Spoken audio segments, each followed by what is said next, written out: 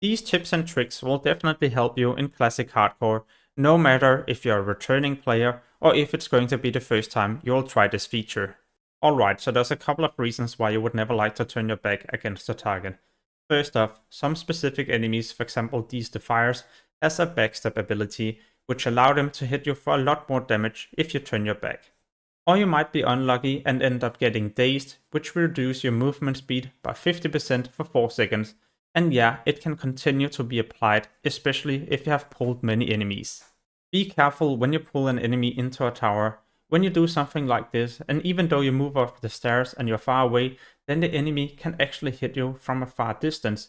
This can be seen right here, where the long snout is below me, but I'm still being hit for 42 damage. Therefore, you should always be careful when you move into a tower or a building, as you could accidentally end up dying. At some point you might be struggling with an enemy. As long as it's hostile, so it's marked with red text, well then it's also going to be attacked by nearby guards. So what I like to do if I'm for example fighting an elite is simply to drag the enemy to these guards. At low level you should especially be careful of boars, as there has a charge ability that can hit you for a lot of damage. If it's being critical hit, it can hit for around 50% of your total health. So when you're fighting a boar, you should never make too much distance, as this allows them to start charging. Early on, you should also start practicing your kiting with different objects in the game, as you can use these to prevent the enemy from hitting you right away. It can be seen right here, where it's difficult for the wolves to reach me. And the moment you have got a bit of distance, you can then start casting, or maybe use your ranged weapon. Talking about your ranged weapon, you would always like to use something like this when you need to drag an enemy close to you. You don't want to run in and body pull, as you could accidentally be pulling a lot of other nearby creatures. And if this target can for example flee, then you don't want to be fighting someone like this close to all the other creatures. So try to drag them away, else you might accidentally run into other enemies and pull these, and this could result in you end up dying. Remember to enable enemy nameplates so you don't accidentally run into them without paying attention. This can be enabled by pressing V, as long as you haven't re-keybinded it into something else. To increase your awareness, you could always go to options, search for camera, and increase your max camera distance to 2. Also make sure to increase your camera field of view, and now you can see a lot more.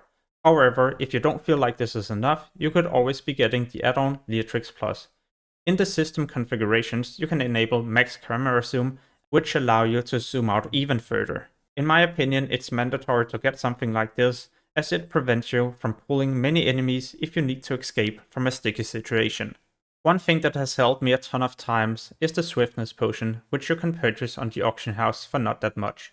If you level up alchemy, you can also get yourself a recipe that allow you to craft this potion. And yes, it's going to be worth to get these. It's gonna help you a ton of times on your journey to level 60. In fact, it helped me here, and it's one of the reasons why I got to level 60 on my mage. Now that I'm already talking about consumables, most healing potions are quite cheap, as people craft these to level up their alchemy.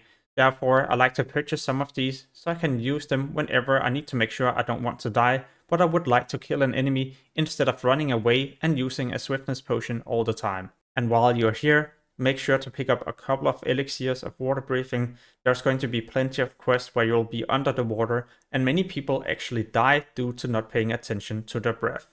Or you could get yourself an add-on called HC Breath Bar.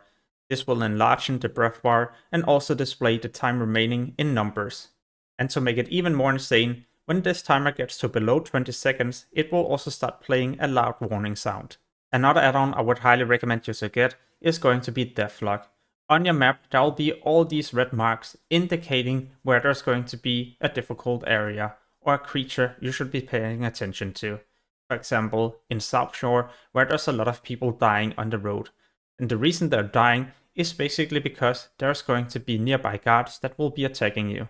Without this add-on, you could accidentally be running into these guards yourself, unless you're of course a veteran player that knows everything about hardcore. Disconnecting can be quite frustrating, but what if there's a power outage? What would I do?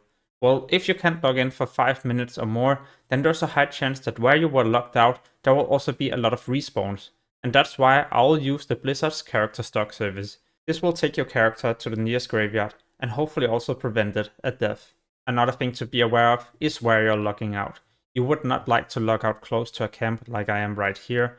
No, you would like to be at a safe area, and the roads are not always safe as there can be patrolling enemies. Worst case, well, then the next time you log in, you are also spawning on top of enemies, so make sure to use your Hearthstone to be as safe as possible. Just remember, if you have recently done PvP and you're PvP tagged, then you would not like to use your Hearthstone to a neutral location like Stranglethorn, else the guards will attack you and this could result in you end up dying. And remember never to have cooldown on your Hearthstone when you're about to do a dungeon. You would not like to enter a dungeon with a griefer, or if there's just a big mistake where you would like to get away safely. Well, with a cooldown, there's also a high chance that you won't be able to make it away, unless you're, for example, at a location where there's going to be a safe spot like in this area, and you can then wait for the cooldown. In addition to this, when you get to level 50 and above, you could start asking mages to spawn portals before you're about to do a boss. Portals has to be spawned out of combat, but you can use them in combat, and it lasts for 1 minute. The insane thing about this trick is that it can end up saving your whole party's life, so definitely something you should start doing once you get to higher level dungeons. And don't forget, the moment you're level 50, you can also start using Flask of Petrification.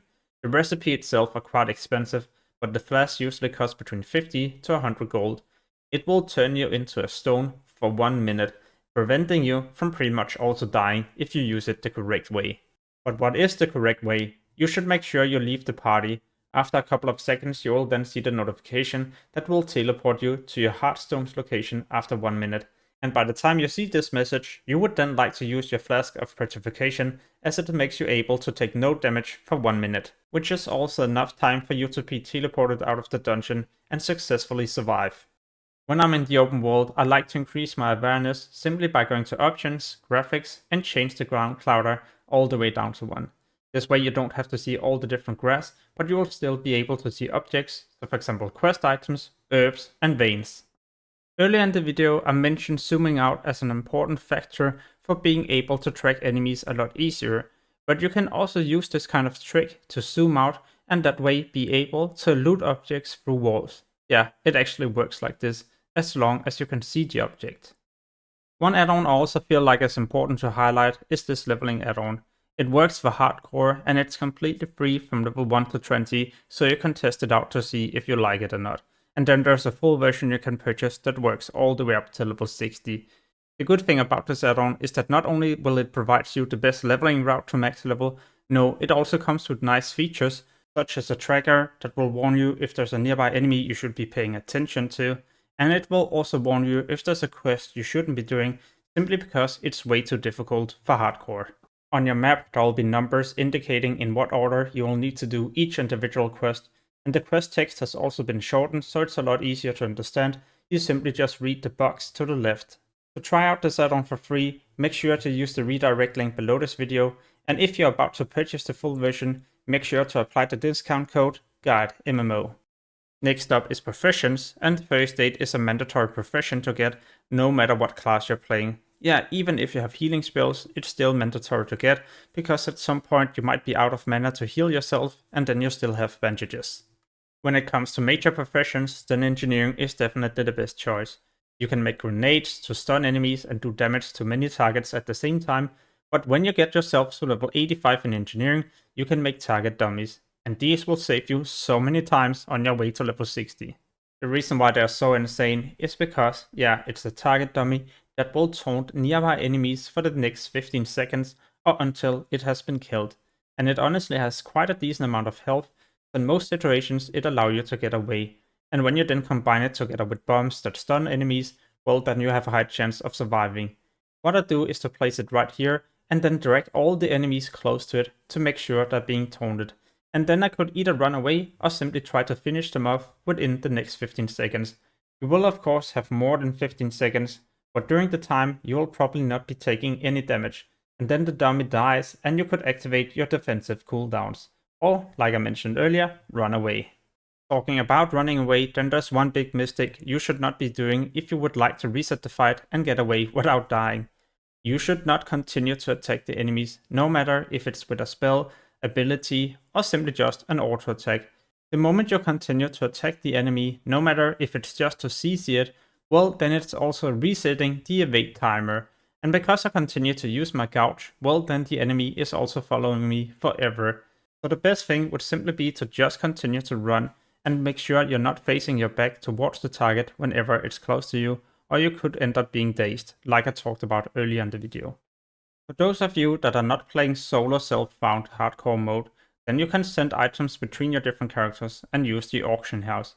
What I do myself whenever I have some rare items or well, even gold, is to send these to a bank character.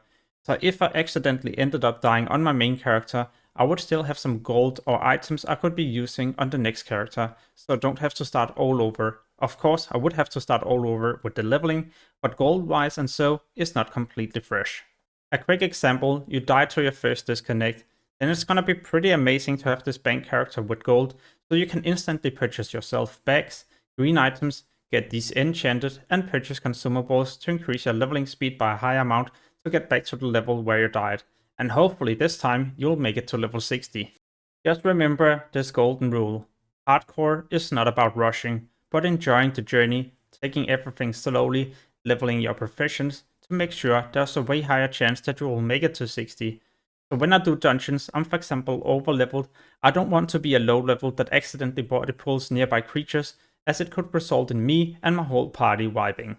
And this is the exact same case when I'm questing.